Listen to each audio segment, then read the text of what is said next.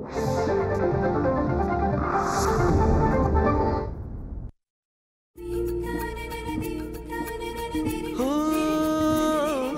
शब्द स्वरांचे बनती गाणे साजनवानंद तराणे रसिकांची ही जुळते नाते घडते जेव्हा सुरेल गाणे कसे हे घडते मनात येते भेटू बोलू ऐकू तयांच्या गोष्टी गाण्यांच्या गोष्टी गाण्यांच्या.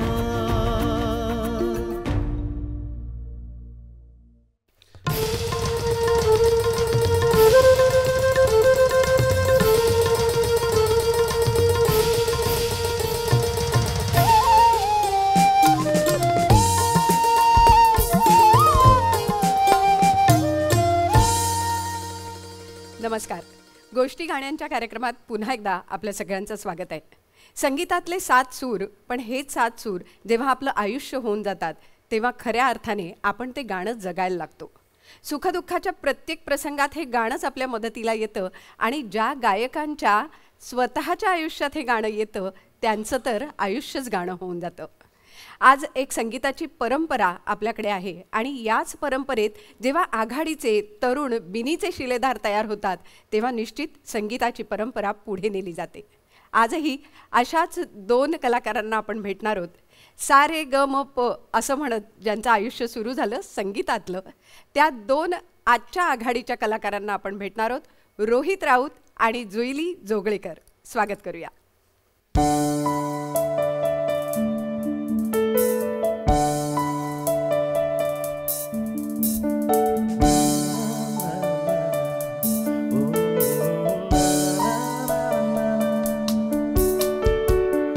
जीव तोळा तोळा तुझ्यासाठी जोरतो उगाच मागे मागे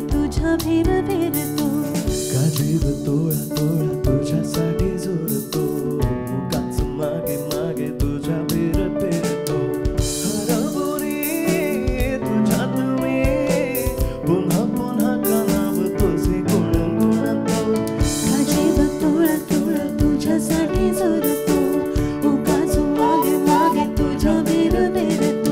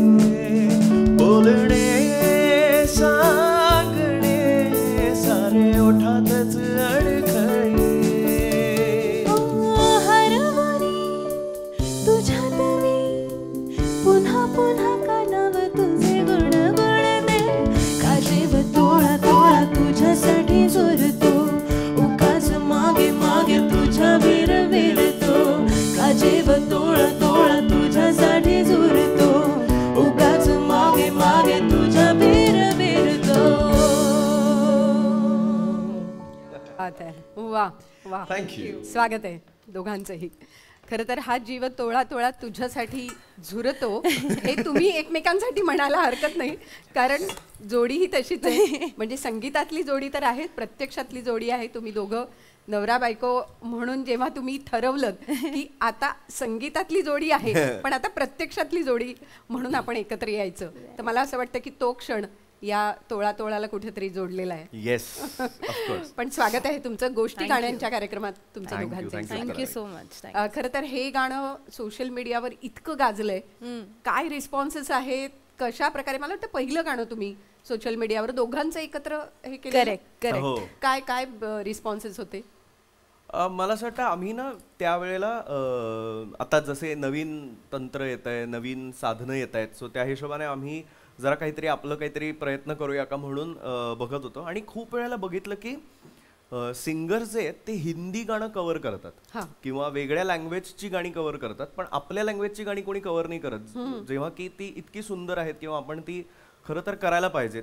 सो आम्हाला हे गाणं प्रचंड आवडतं आणि हे गाणं जेव्हापासून आलं तेव्हापासून आम्ही गुणगुणतो. म्हणजे जशी आजकालच्या पोरांच्या फोनमध्ये प्लेलिस्ट असते तशी आमच्या फोनमध्ये मराठी प्लेलिस्ट पण आहे, ज्याच्यामध्ये मराठी गाणी आणि मराठी लेटेस्ट गाणी किंवा जी आत्ताची आहेत ती पण त्यात समाविष्ट असतात.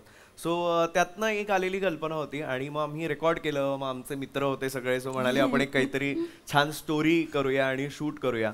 आणि मग ते आम्ही एका चॅनलवर टाकलं आणि सोशल मीडियावर ते खूपच छान लोकांनी त्याला प्रतिसाद दिला आणि खूप खूप मजा आली त्यांचं प्रेम बघून. सो म्हणून हे गाणं. नक्की. जुईली, तुला काय वाटतं या गाण्याबद्दल? मला असं वाटतं की आमच्या नात्याला पण या गाण्याने एक सुरुवात झाली होती, कारण आम्ही दोघं मुंबईमध्ये होतो आणि जनरल आपले शोज चालू असतात, सगळ्या गोष्टी चालू असतात.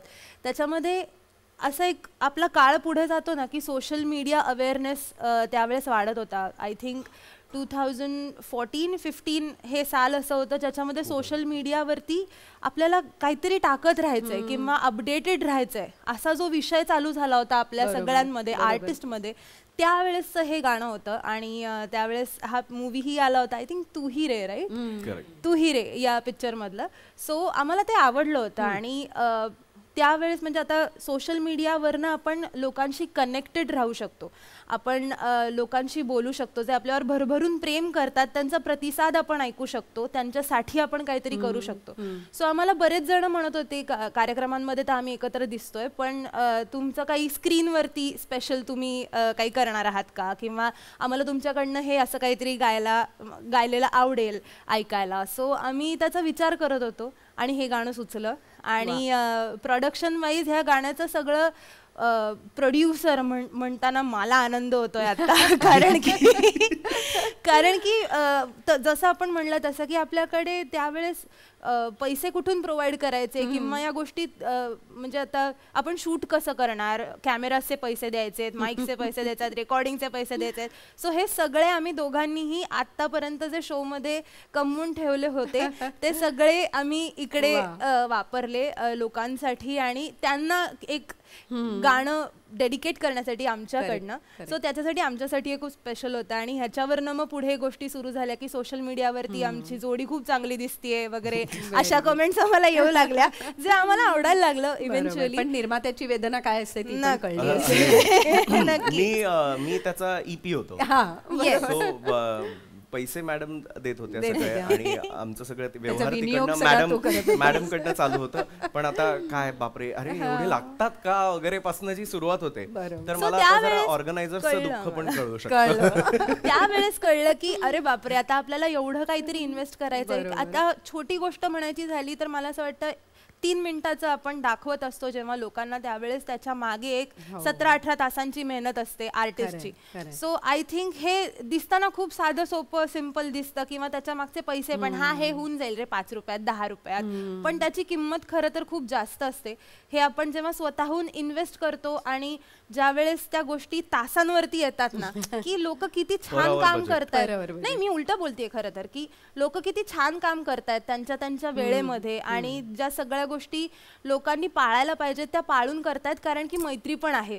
सो त्या मैत्री खातीर पण करायचं आहे आणि पैशांसाठी. सो आमचा ते सगळा योग मिळून आला आणि म्हणून हे गाणं माझ्यासाठी आणि आमच्या दोघांसाठी स्पेशल. नक्कीच. आणि आज आपल्या कार्यक्रमाची सुरुवात तुम्ही या गाण्याने केल्यामुळे तो एक माहोल बन गया म्हणतात तसं झालं.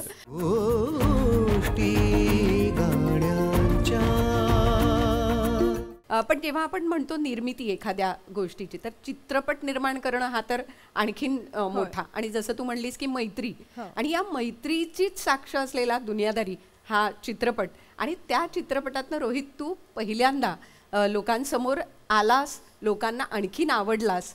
तर तो सगळा प्रवास कसा होता आणि कसं झालं ते गाणं? मला असं वाटतं की हा प्रवास ना खूप जास्त माझ्यासाठी युनिक होता. कारण मी जिथनं येतो किंवा मी ज्या बॅकग्राऊंडमधनं पुढे आलोय त्या बॅकग्राऊंडमध्ये आम्हाला तिकडे गाण्याचे क्लासेस किंवा असं फार मुंबई पुणे शहरासारखं प्रगत शिक्षण मिळत नव्हतं. बरोबर. पण तुझं सगळं शिक्षण लातूरला झालं. माझं सगळं शिक्षण लातूरला झालं. सो जेव्हा मी सारेगमप केलं आणि मुंबईत आलो तेव्हा मला फॉर्च्युनेटली असं म्हणतात की गुरु मिळायलाही खूप नशीब लागतं आणि चांगले गुरु मिळायला तर त्याहूनही मोठं नशीब लागतं. मला असं वाटतं माझं नशीब चांगलं होतं की मला सुरेशजींनी स्कॉलरशिप दिली, सुरेश वाडकरांनी, आणि मी सुरेशजींकडे गाणं शिकू शकलो. सो त्या गाणं शिकण्याच्या प्रोसेसमध्ये खाली आपल्याला आपल्या इंडस्ट्रीतल्या लोकांना सगळ्यांना माहिती आहे की खालीच क्लासच्या खाली आजीवासन स्टुडिओ आहे.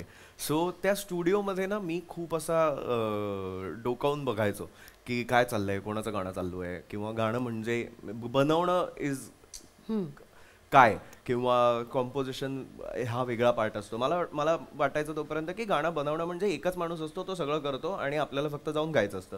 नंतर कळलं की अच्छा ओके, अरेंजर हा वेगळा असतो, प्रोग्रामर वेगळा असतो, गाणं जो लिहितो तो वेगळा असतो. हे सगळे जे प्रकार आहेत आणि त्यांचे काम करण्याची स्टाईल ही मला खूप आवडली. आणि मी आजीवासन स्टुडिओजला बरेच काळ काय म्हणतात त्याला खाली येऊन रेकॉर्डिंग्स अटेंड करणं म्हणा, किंवा आणि फॉर्च्युनेट एनफ की मंदारदादा आणि अवधूतदादा दोघांनी मला थांबू दिलं की हा तू ये, तू बस, असं नाही. कारण नाहीतर युजली स्टुडिओजला कारण स्टुडिओजना असं होतं की तुम्हाला इंटर्नशिप करायची असेल तर यू आर ऑलवेज देअर. म्हणजे तुम्हाला शिक्षण घ्यायचं आहे आणि मग इंटर्नशिप करायची. पण मला या दोघांमुळे, मंदारदादा आणि अवधूतदादामुळे ना, मला ती इंटर्नशिप करायला मिळाली फक्त ऑब्झर्वेशन मधनं. आणि तिथे माझी भेट झाली पहिल्यांदा पंकज पडघन यांच्याशी. सो त्याच्यानंतर दादाला काय आवडलं माहिती नाही, पण आमची गट्टी खूप जमली. आणि त्याच्यानंतर मला कल्याणवरनं ट्रॅव्हल करायला खूप लांब पडायचं. सो पंकज दादा invited me to his house.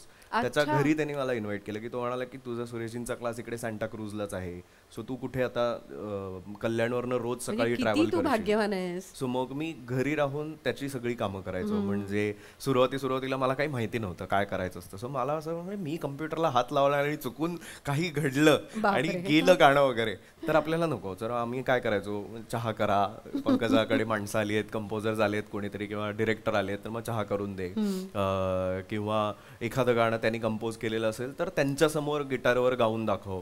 तर अशी त्याच्यासाठी पंकजासाठी मी 150 गाणी रेकॉर्ड केली. 150 गाणी स्क्रॅचेस म्हणून रेकॉर्ड केली, वेगवेगळ्या जिंगल्स असू देत, वेगवेगळ्या ऍड साठी, किंवा खूप बरेच सिनेमे तो त्यावेळेला करत होता. सो त्याच्या बऱ्याच सिनेमांच्या बॅकग्राऊंडला माझा आवाज आहे. म्हणजे माझा पार्श्वगायक म्हणून पदार्पण उशिरा झालं, पण माझं बॅकग्राऊंड गायक म्हणून पदार्पण झालं होतं. 150 गाणी म्हणजे काही कमी नाही. हा, आणि पण 150 वेळेला नाहीही ऐकलंय मी. त्या 150 गाण्यांना नाही असं समोरच्यांकडनं आलं की नाही हा आवाज नाही वगैरे. आणि एक वेळ होती जेव्हा मला सांगितलं होतं की तू गातोस चांगला, तू परफॉर्म चांगला करतोस, पण मला माहिती नाही सिनेमासाठी तुझा आवाज चांगला आहे की नाही.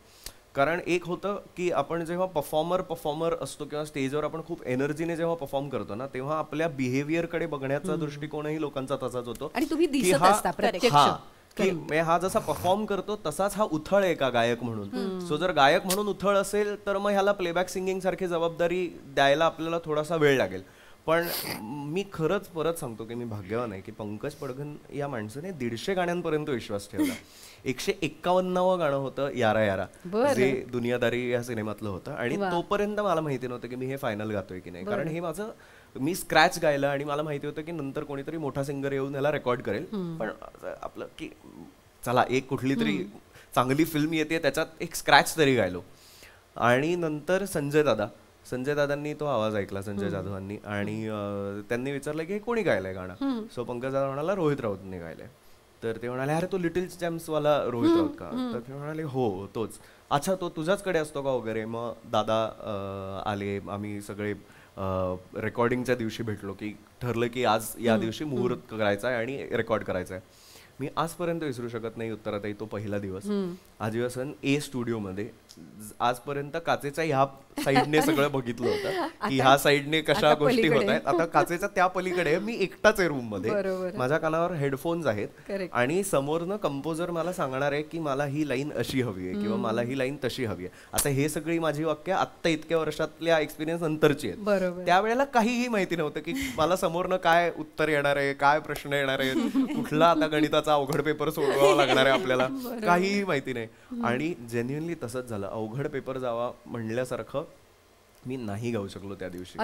तर ते गाणं मी नाही गायलो त्या दिवशी. ते गाणं माझ्याकडनं काय माहिती, पण जी मजा त्यांना स्क्रॅच मध्ये आली होती किंवा जी मजा त्यांना रफ ट्रॅक मध्ये आली होती ती मजा त्यांना येत नव्हती.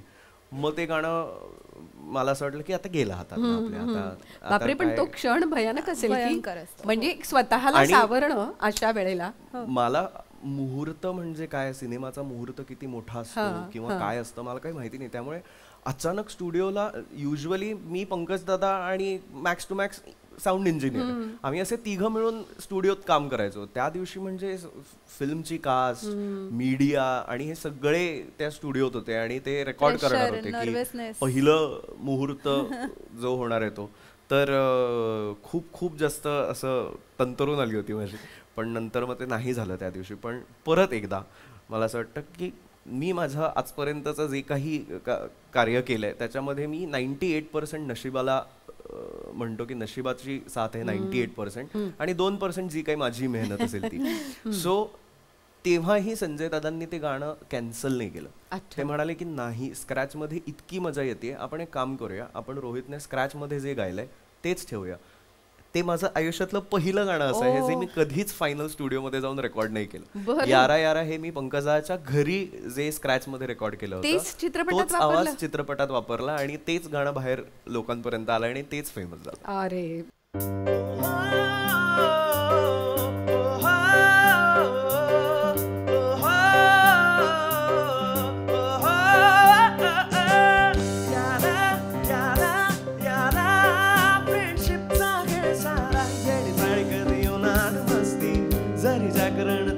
सुस्ती यार युके मग सरी बरस दिल फुल दिल फ्रेंडशिपचा बागा. भले असे मोठी खिशास खिडकी तरी कधी कोणाला घेणं खडकी, यार असो छोरा या गोरी लडकी दिलात हक्काची जागा. ओहो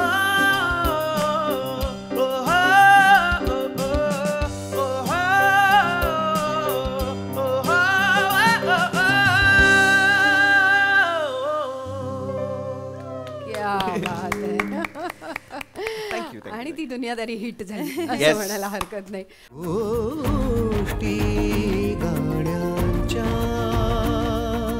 त्याही आधी सुरुवात झाली ती सारे ग म प. जुली तो अनुभव कसा होता सारे ग म प मध्ये येणं, तिथनं शिकणं, किती शिकायला मिळालं त्या सगळ्या प्रवासात?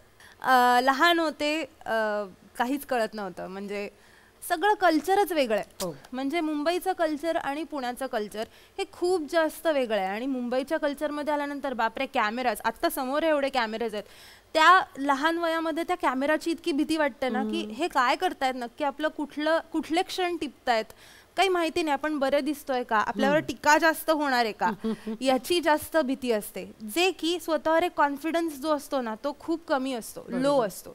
की नाही आपण व्यवस्थित गाऊ शकू किंवा नाही आपलं गाणं छानच होणार आहे. पण हे आपले मोठे आपल्याला सांगत असतात फक्त नाही छानच होणार आहे, छानच होणार आहे.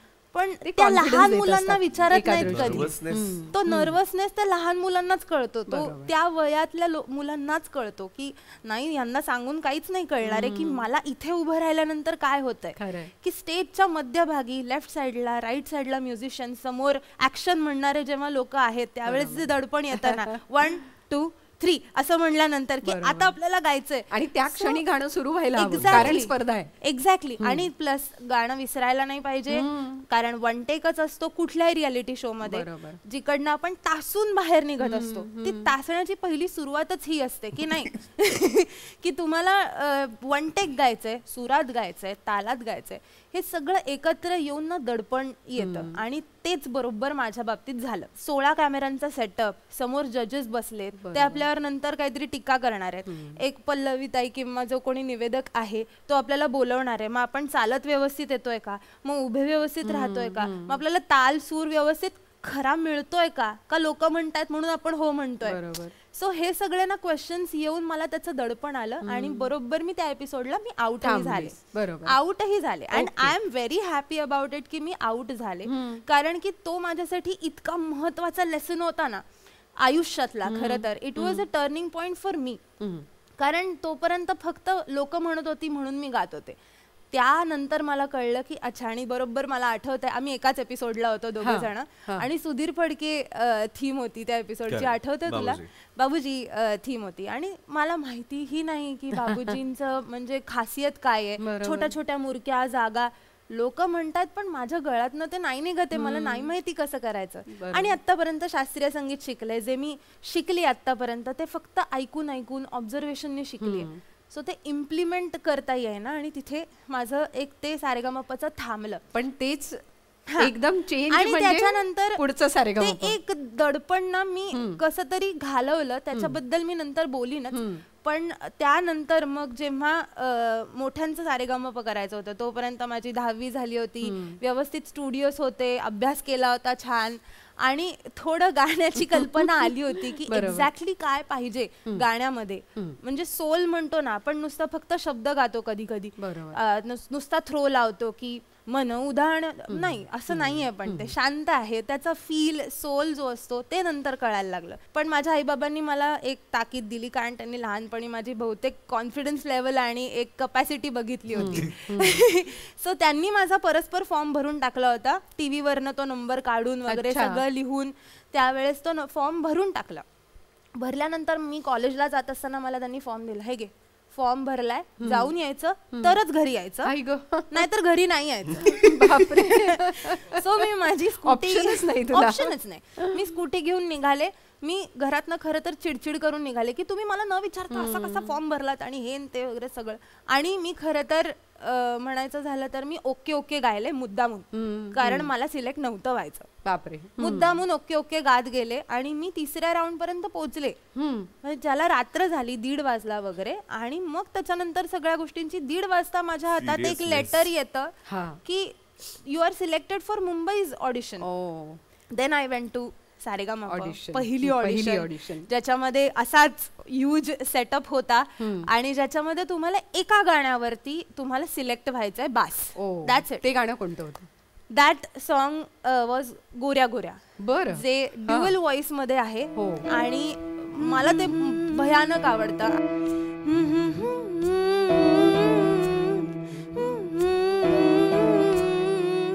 गोऱ्या गोऱ्या गालावरी चढली लाजची लाली गपोरी नवरी आली, सनईच्या सुरामंदी चौघडा बोलतो दारी गपोरी नवरी आली. सजणी मैत्रिणी जमल्या अंगणी, चढली तोरण मांडवदारी, किन किन कांकाना ऋण झुण पैंजाणा, सजली नटली नवरी आली. गोऱ्या गोऱ्या गालावरी चढली लाजची लाली गपोरी नवरी आली, सनईच्या सुरामंदी चौघडा बोलतो दारी गपोरी नवरी आली.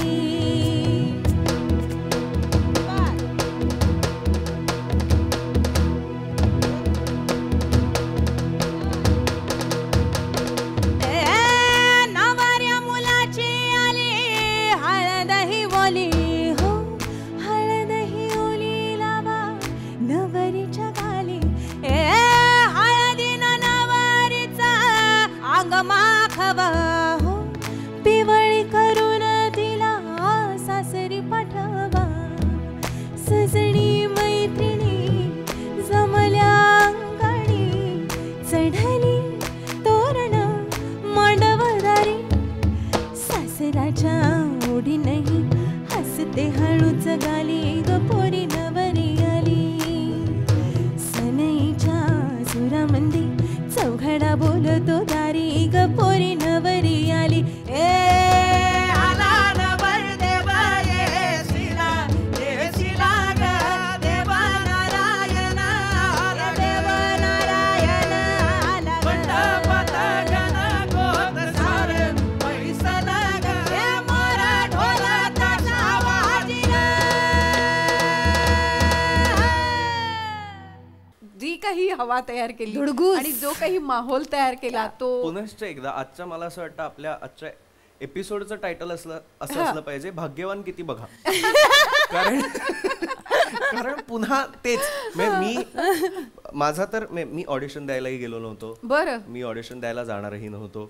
मी माझ्या उन्हाळ्याच्या सुट्ट्या एन्जॉय करायला नागपूरला गेलो होतो बरं घरी. हा मला तिथे गेल्यानंतर कळलं की सारेगमपच्या ऑडिशन सुरू आहे.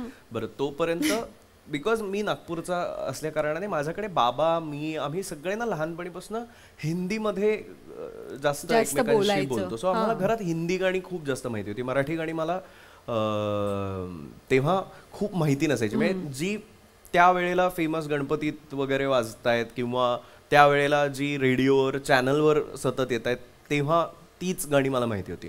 बरं तेव्हा जस्ट मराठी सारेगमप एकच येऊन गेलं होतं आधी. ह्याच्या आधीचं जे मंगेश बोरगावकर आणि अभिजित कोसंबीवाला होतं. एकंदरीतच गझल ह्या बाबतीतलं ना खूप छान वातावरण आमच्या घरात होतं. सो मला आठवते की मी पहिल्यांदा जेव्हा सारेगमप नागपूरला ऑडिशन दिलं होतं तेव्हा अत्यंत चिंचा बोरं खाऊन बसलेला आवाज दिवसभर आमच्याकडे नागपुरात माझी आजी मला ओरडायची आणि बाबा. सो माझं झालं ओके ठीक आहे जातो. आणि मी just Hindi Saregamapa little champs मधनं एलिमिनेट झालो होतो. ओके सो हिंदी आधी हिंदी सारेगमप लिटिल चॅम्प्स माझा आधी झालं होतं 2007ला.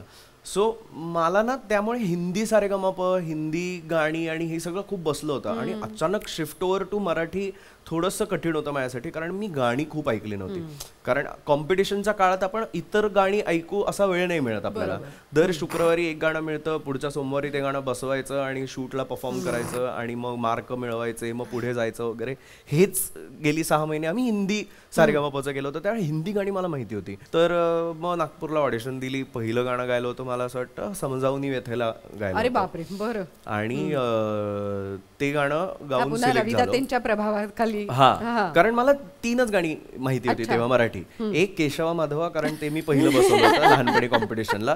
दुसरं मला माहिती होतं समजावनी व्यथेला कारण मी जस्ट मला गावं जेव्हा दिसू लागले नावाची कॅसेट ऐकत होतो. सो त्यामधलं मला गावं जेव्हा आणि समजावनी व्यथेला ही 2च गाणी माहिती होती की जी अच्छा ही मला आता बसलेली आहेत ऑडिशन लेवल पर्यंतची.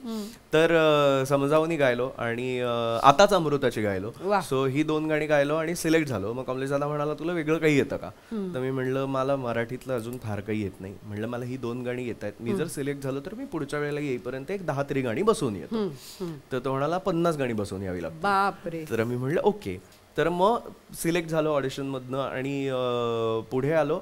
आणि पहिल्या एपिसोडला जी 2 गाणी मिळाली होती त्यावेळेला सिनियर चॅम्प्स आणि ज्युनियर चॅम्प्स असे 2 वेगळे एपिसोड व्हायचे.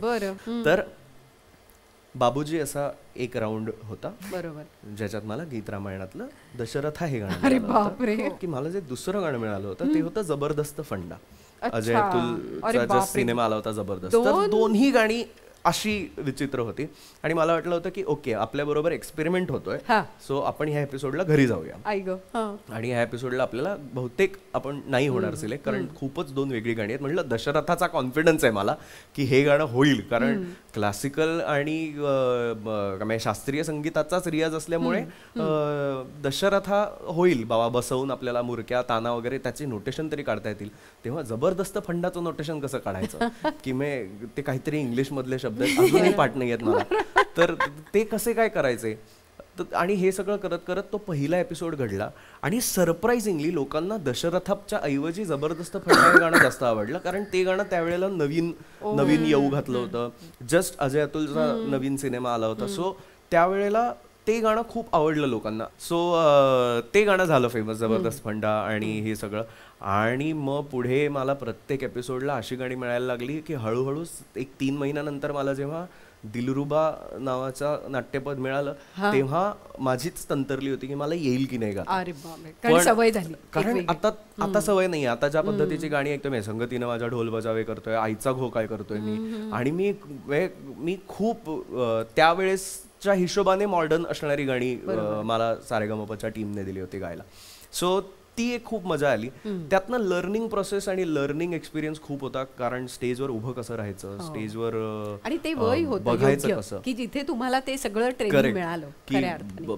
बसायचं कसं, म्हणजे तुम्ही बसला असाल तर तुमचे पाय विचित्र नाही दिसले पाहिजेत, कुठे बघताना ती फ्रेम अशी हे नाही झाली पाहिजे. मला सवय होती की मी अख्खं गाणं इथे याच दिशेला बघून गायचो. काय होतं माहिती नाही ह्या दिशेचं प्रेम माझं, पण मला नंतर बसली होती का नाही बरं हे तर मागे ह्या साईडला बसले होते, तेव्हा कसलं काय कळतंय. आणि तेव्हा आपलं सारेगमप आणि गाणं एके गाणं एवढंच हे होतं, तर मी सगळं इकडच्या साईडला बघून गायचो. तर मला ह्याच्यासाठी माझ्या बाबांना इकडनं इथे बसवण्यात आलं की तू ऍटलीस्ट बाबांकडे बघून गातोयस तर मग तुझ्या बाबांना इथे बसवूया, म्हणजे तुझा चेहरा तरी दिसेल लोकांना, नाहीतर मी असाच गातो नेहमी. तर ते शिकायला मिळालं. अशा खूप बारीक बारीक गोष्टी आहेत ज्याने मला असं वाटतं की सारेगमपची इन्स्टिट्यूट आपण म्हणूया, सारेगमपची ही जी इन्स्टिट्यूट आहे ना ती आपल्याला रेडी फाईन प्रोडक्ट सप्लाय करते गाण्यांच्या बाबतीतले किंवा सिंगर्सच्या बाबतीतले. त्यातले काही जे आहेत ज्यांना त्या इन्स्टिट्यूटमधनं मिळालेलं शिक्षण हे जेन्युइनली खरंच चांगलं आहे वाटतं, ती लोक आजपर्यंत आपल्या बरोबर आहेत. ज्यांना नाही वाटत ती लोक पुन्हा जातात, पुन्हा 2 पावलं मागे जातात, परत ऑडिशन्स देतात, परत येतात. तर मला असं वाटतं मला जर सारेगमपने कुठली एक मोठी गोष्ट शिकवली असेल ना तर ती ही आहे की every episode is your last episode. ह्या हिशोबाने जर तुम्ही रियालिटी शो केलात ना तर there is nobody in this world जो तुम्हाला हरवू शकेल. आज जे रियालिटी शो मध्ये सहभागी होत आहेत लहान मुलं, त्यांनी हे लक्षात ठेवायला. म्हणजे मला आठवतंय माझे बाबा दर एपिसोडच्या दिवशी आम्ही सकाळी उठायचो, आमचं पहिलं काम हे असायचं एपिसोडच्या दिवशी आपल्या बॅगा पॅक करायच्या आणि रेडी ठेवायच्या की समजा आपल्याला आज जावं लागलं ह्या कॉम्पिटिशन मधनं, आपल्याला जर एलिमिनेट केलं तर एक क्षणही इथे थांबायची गरज नसली पाहिजे. आपल्या बॅगा भरलेल्या आहेत, आपलं काम झालं. किती तयारी, मानसिक तयारी सुद्धा बाबांनी तुझी करून घेतलेली. सो मला त्यामुळे खूप फायदा झाला. आणि सारेगमप पुन्हा एकदा कामी असं आलं की जेव्हा पुन्हा एकदा सारेगमप आलं.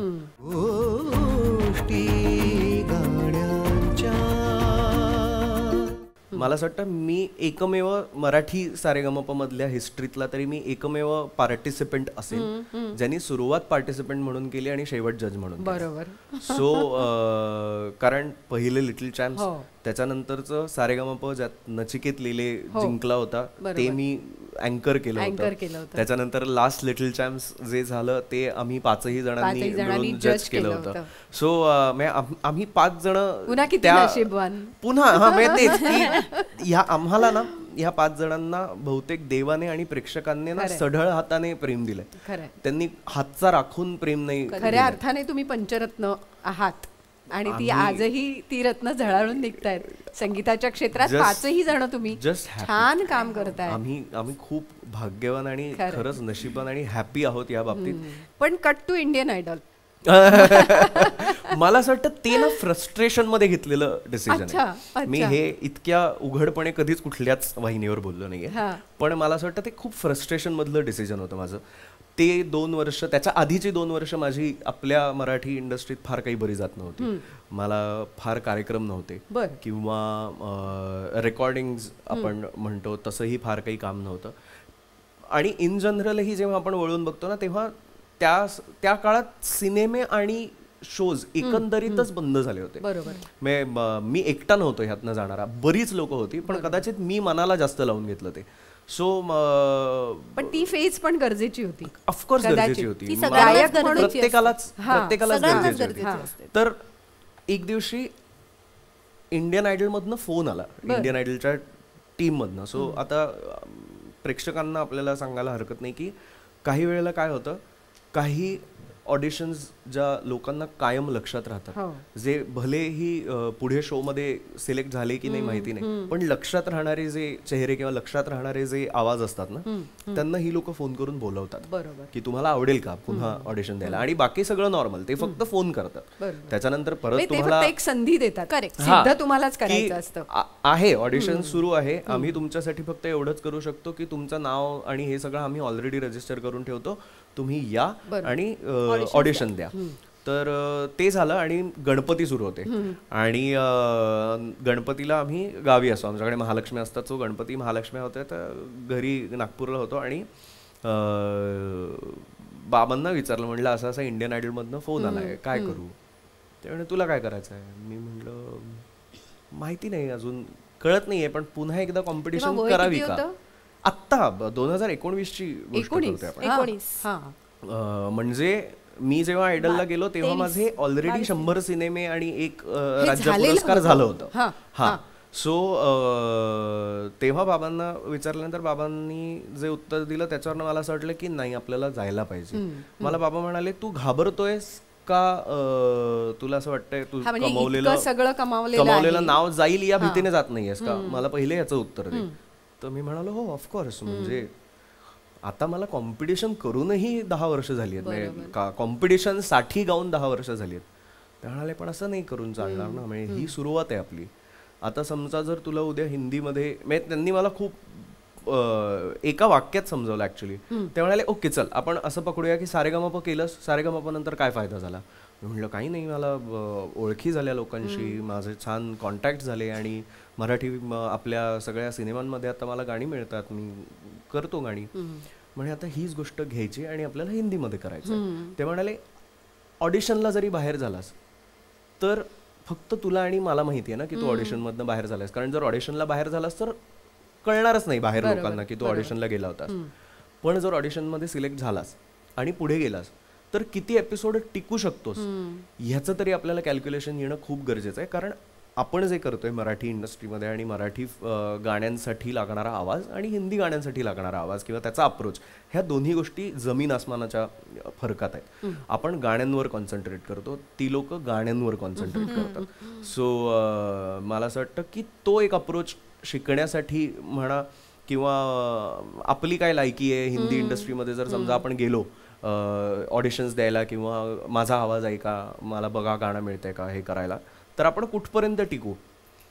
आणि पुन्हा एकदा ती लागलेली जी अंगवळणी सवय, आयडलला असताना तर बाबा नव्हते कारण आम्ही ॲडल्ट होतो त्यामुळे पॅरेंट्स अलाउड नव्हते, पण आयडलला असताना पण तेच की दर एपिसोडच्या दिवशी सकाळी बॅगा भरायच्या, आपल्या बॅगा भरून तशाच ठेवायच्या. आणि मला असं वाटतं ती लागलेली सवय आहे की रियालिटी शोमध्ये जायचं असेल तर तुमच्याकडे अभ्यास जास्त असला पाहिजे. सो मी जाण्याच्या आधी तयारी पूर्ण करून गेलो होतो की मला माहिती होतं की ओके 10 एपिसोड समजा टिकायचं असेल तर मला 200 गाण्यांची यादी पाहिजे, कारण कुठल्या एपिसोडला कुठला सिनेमा रिलीज होणार आहे हे काहीच सांगू शकत नाही. येणारं कॅलेंडर म्हणजे कुठले सिनेमे आहेत, कुठले सिनेमा येणार आहेत, मग त्या हिशोबाने अच्छा समजा जर आता अमिताभ बच्चनजींचा सिनेमा असेल तर मग ते येतील प्रमोशन करायला, मग अच्छा मग आता त्यांची गाणी बसवायला पाहिजे, सो त्यांची गाण्यातली कुठलं गाणं आहे जे मी बेस्ट करू शकतो. सो असे भरपूर आस्पेक्ट करून गेलो आणि ऑडिशनला गेलो तेव्हा A.R. रहमान यांचं दिलसे हे गाणं मला मिळालं. आणि जे गाणं ऑडिशन मध्ये खूप जास्त फेमस झालं. आणि इंडियन आयडलचा हा सगळा अनुभव, सारेगमपचा अनुभव, मराठी हिंदी सारेगमपचा अनुभव आणि हिमेश रेशमियांबरोबर काम करणं, मला असं वाटतं एकतर he is a very genuine guy. हिमेशजी खूप वेळेला असं वाटत असेल की अरे हे फक्त टीव्हीसाठी बोलत असतील किंवा टीव्हीच्या ऑडियन्ससाठी किंवा असं असेल, पण असं नाहीये. तो व्यक्ती तुम्ही त्याला ऑन कॅमेरा भेटा, ऑफ कॅमेरा भेटा, ते तसेच असतात, तो तसाच आहे. सो तर एका एपिसोडला त्यांना माझं गाणं खूप आवडलं होतं, कुठला तरी एक एपिसोड होता, आणि त्या एपिसोड नंतर त्यांनी मला ऑन टेलिव्हिजन सांगितलं होतं की तू माझ्यासाठी गाशील, तू आणि येणारं माझं एक गाणं आहे सो ते तू गाशील आणि त्याच्यासाठी मी नक्की ट्राय करेन की तुझा आवाज झाला पाहिजे फायनल वगैरे. तर माझं असं झालं की मी 150 नाही एक एकत्र ऐकलेत ऑलरेडी. सो त्यामुळे हिंदीमध्ये आणखी एक नाही गेल्यानंतर समजा ऐकूया. 250 अजून ऐकावे लागले तरीही काही प्रॉब्लेम नाही, पण ऍटलिस्ट आपल्याला गायला बोलवतील असं तरी म्हणालेत. बरोबर. आणि शो संपला तर शो संपेपर्यंत काही फोन नाही आणि असं नाही, तर मलाही बाकीच्यांसारखं असंच वाटलं की अच्छा ओके असेल असं काहीतरी म्हणतात बाबा असेल, आख्यायिका आहे की हिमेशजी गायला बोलवतात वगैरे. पण सडनली लॉकडाऊन लागलं आपलं आमच्या सीझन नंतर, आणि लॉकडाऊनमध्ये मला एका फोनवरनं फोन आला. अच्छा. तर तो नंबर फारच फॅन्सी नंबर आहे हे मला असं एक जाणवलं की खर्च केलेला नंबर आहे हा ह्याच्यावर. तर मी उचलला, म्हणलं जी बोलिये. अरे हिमेश बोल रहा हूँ, ये गाना करना है. बोला हिमेश जी आप सच में आप बोल रहे हैं कि कोई मजाक कर रहा है मेरे साथ, प्रैंक कर रहा है. अरे नहीं नहीं नहीं, ये मेरा नंबर है, तो भाई वो घर से बाहर निकल नहीं सकते, तो तुम्हारे पास स्टुडिओ सेटअप है क्या. मैंने कहा हाँ है, माझ्याकडे आहे, माझ्याकडे स्टुडिओ सेटअप थोडासा आहे, म्हणलं मी गाऊन पाठवू शकतो. अच्छा ठीक है, तो तुम कौन से इस पे काम करते हो मेरे को बता दो, तो मैं उस हिसाब से आपको फाइल्स भेज देता हूँ. अगर आपके पास होगा प्रो टूल्स वगैरह तो मैं सेशन ही भेज दूंगा, तो आप अपने हिसाब से बैलेंस करके गा के मेरे को भेज देना. तर म्हणलं ओके ओके ठीक आहे.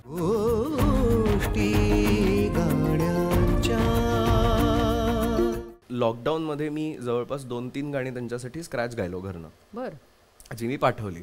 त्याच्यानंतर हळूहळू लॉकडाऊन ओपन झालं, मग त्यांच्याकडे जाऊन काही गाणी रेकॉर्ड केली, आणि त्याच्यानंतर मला असं कळलं की ही सगळी गाणी जी आहेत ही सगळी गाणी बाहेर येणार आहेत. असं नाहीये की एकही गाणं ह्यातलं स्क्रॅचेस आहेत वगैरे. आणि मला ह्या गोष्टीचा ना हा फरक म्हणून मी नाही सांगत आहे किंवा कसं कम्पॅरिझन आहे वगैरे म्हणून नाही सांगत आहे, पण मला असं वाटतं की ही गोष्ट एक आहे डिसिप्लिनरी एक ॲक्शन आहे, जी ॲक्शन आपल्याकडे सगळ्यांनी जर सुरुवात केली तर मला असं वाटतं अजून मजा येईल सगळ्याच म्युझिशियन्सना आणि सगळ्या सिंगर्सना. ती म्हणजे ना त्यातली 2 गाणी स्क्रॅच होती, जी त्यांनी मला सांगितलं होतं की मी ही गाणी स्क्रॅच करून घेतोय तुझ्या आवाजात, आणि 3 गाणी फायनल होती, ज्यातली 2 गाणी त्यांनी त्यांच्या यूट्यूब चॅनलवर आणि त्यांच्या सोशल मीडियावर त्यांनी टाकली. सो ती 2 गाणी ए मेरी वफा एक झालं, त्याला छान काहीतरी 1 मिलियन का 2 मिलियन हिट्स मिळाले. दुसरं गाणं आम्ही टाकलं त्याला पण काहीतरी ऑलमोस्ट आता 1 मिलियन होतील, ते काही 1-1.5 महिने आधीच टाकलंय. मजा मला ह्या गोष्टीची वाटली ना उत्तराताई, आपल्याकडे युजली हे होत नाही बघ. म्हणजे तू हे अग्री करू शकशील माझ्याबरोबर. आपल्याकडे जेव्हा मी तुला काम देतो असं म्हणतात म्हटलं जातं, तेव्हा मी फक्त तुला काम देतो असंच म्हणलं जातं, मी तुला दाम देतो असं म्हणलं नाही जात. आणि ही गोष्ट ना मला फार आवडली त्या माणसाची, की स्क्रॅच जरी असेल तरीही आर्टिस्टचा लागणारा वेळ, त्यांनी केलेली मेहनत, ह्यासाठी त्याला थोडा तरी का होईना मोबदला मिळाला पाहिजे. म्हणून मला प्रत्येक गाण्याचे, मी जेवढं काही गायलोय त्यांच्यासाठी, आता स्क्रॅचेस गायलोय, 2-3 त्यांच्या यूट्यूब चॅनलसाठी गायलोय, जी फायनल झाली त्यांची फायनल सारखी अमाऊंट, आणि जे स्क्रॅचेस राहिले म्हणजे जे गाणी फायनल नाही झाली त्या गाण्यांना 50% देतात ते. कि 50% आप अगर ये फाइनल हो जाता तो मैं आपको जितना देता उसका मैं 50% दे रहा हूँ आपको, क्योंकि आपने स्क्रॅच गाया है, आपने आपका वक्त दिया है.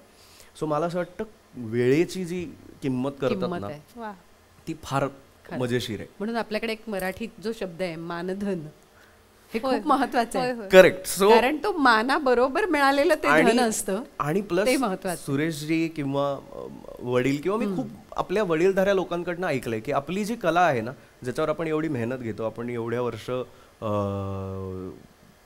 काय म्हणतात त्याला मेहनत घेऊन आपण ती कला लोकांपर्यंत सादर व्हावी ह्याच्या लेवलची घेऊन येतो, तर ती कुठेही असेल, कुणीही बोलवू द्यात, 1 रुपया तर 1 रुपया, पण मानधन हवं. कलाकाराला जिथे जाईल तिथे मानधन हे मिळालं पाहिजे, कारण शेवटी तो माणूस म्हणून, मित्र म्हणून तुमच्यासाठी कधीही येईल, तुमच्या कुठल्याही फंक्शनमध्ये येईल, पण तुम्ही बोलवता त्याला जेव्हा कलाकार म्हणून की अरे हा गातो, आला तर एक जरा 2-3 गाणी गुणगुणेल की, किंवा 2-3 गाणी ही थोडीशी एक स्टेप करून दाखवेलच की वगैरे, हे जेव्हा करतो तेव्हा आम्ही आमची कला सादर करतो. सो तेव्हा ते मिळणारा मोबदला आणि त्याच्या बदल्यात मिळणार, आम्ही इन्व्हेस्ट केलेली जी वेळ आहे ना, ते मला खूप भारी वाटलं त्यांच्याकडनं शिकायला मिळालं की मी पण प्रॅक्टिस सुरू केली. कारण मलाही ही सवय लागली होती की जर कोणाकडनं स्क्रॅच गाऊन घ्यायचं असेल तर मी त्याला फोन करायचो, मी त्याला बोलवायचो घरी की बाबा स्क्रॅचेस गा आणि तू स्क्रॅचेस गाऊन जा. पण त्यानंतर मला ही एक सवय लागली की माझ्याकडे काम करणारा कुठलाही व्यक्ती असेल, तो पहिल्यांदा येऊ देत, शेवटला येऊ देत, तो नवीन असू देत, तो जुना असू देत, प्रत्येकाला त्या वेळेसच्या त्या गोष्टी मिळाल्या पाहिजेत. कारण तर लोक आपल्या बरोबर काम करून राहतात ग. म्हणजे मला ती एक गोष्ट कळली की त्यांच्या बरोबरचे जे म्युझिशियन आहेत, जे इतकी वर्ष त्यांच्या बरोबर काम करतात, ते का त्यांच्याच बरोबर काम करतात किंवा प्रत्येक म्युझिक करेक्ट किंवा आपण जेवढे लेजेंडरी कंपोजर्स म्हणतो त्या लेजेंडरी कंपोजर्स बरोबर काम करणारी जी फळी आहे ती काम करणारी अनेक वर्ष तशीच राहते. कारण कलाकार जेव्हा मोठा होत असतो तेव्हा त्याच्याबरोबर त्याची टीमही मोठी होते. तो एकटा मोठा नाही होत कधी. म्हणजे मी जर मोठा कलाकार झालो तर माझ्या मागे 10 लोकांचा हात आहे. मी असेल, माझ्या बरोबर वाजवणारे म्युझिशियन असतील, मला मॅनेज करणारा मॅनेजर असेल, मला काय हवं नको ती बघणारी माझी बायको असेल, त्या सगळ्या गोष्टी त्या सगळे एकत्र मोठे होतात ना. सो मग सगळ्या गोष्टींना घेऊन जर आपण शेअर असला सो सगळ्यांना घेऊन सगळ्यांचा शेअर घेऊन जर आपण पुढे गेलो ना तर मला असं वाटतं जास्त लवकर आपण पुढे जातो. नक्कीच. आणि म्हणूनच मला असं वाटतं की या गाण्यांच्या गोष्टी ऐकत असताना वेळ कसा निघून जातो कळत नाहीये. पण मला वाटतं आजच्या भागाची सांगता करताना हिमेशच्या त्या गाण्याच्या 2 ओळी एखाद्या जरा मला ऐकायला मिळाल्या आणि त्याने ह्या आजच्या भागाची सांगता करूया आणि पुन्हा पुढच्या भागात आणखीन गप्पा मारायच्या आहेत. कारण 100हून अधिक तुझे चित्रपट, त्यानंतर तुझं संगीत दिग्दर्शन, इवन मला वाटतं जुईली तुझं सुद्धा संगीत सम्राटचं तू म्हणजे जसा हा जज होता तसं संगीत सम्राटची सुद्धा तू जज होतीस आणि विजेती होतीस. म्हणजे तुझी टीम जिंकली होती. सो या सगळ्या गोष्टी खूप महत्त्वाच्या आहेत आणि त्या सगळ्या आम्हाला ऐकायच्या आहेत. पण आज आपण या गाण्याने आजच्या पुरतं थांबूया. येस.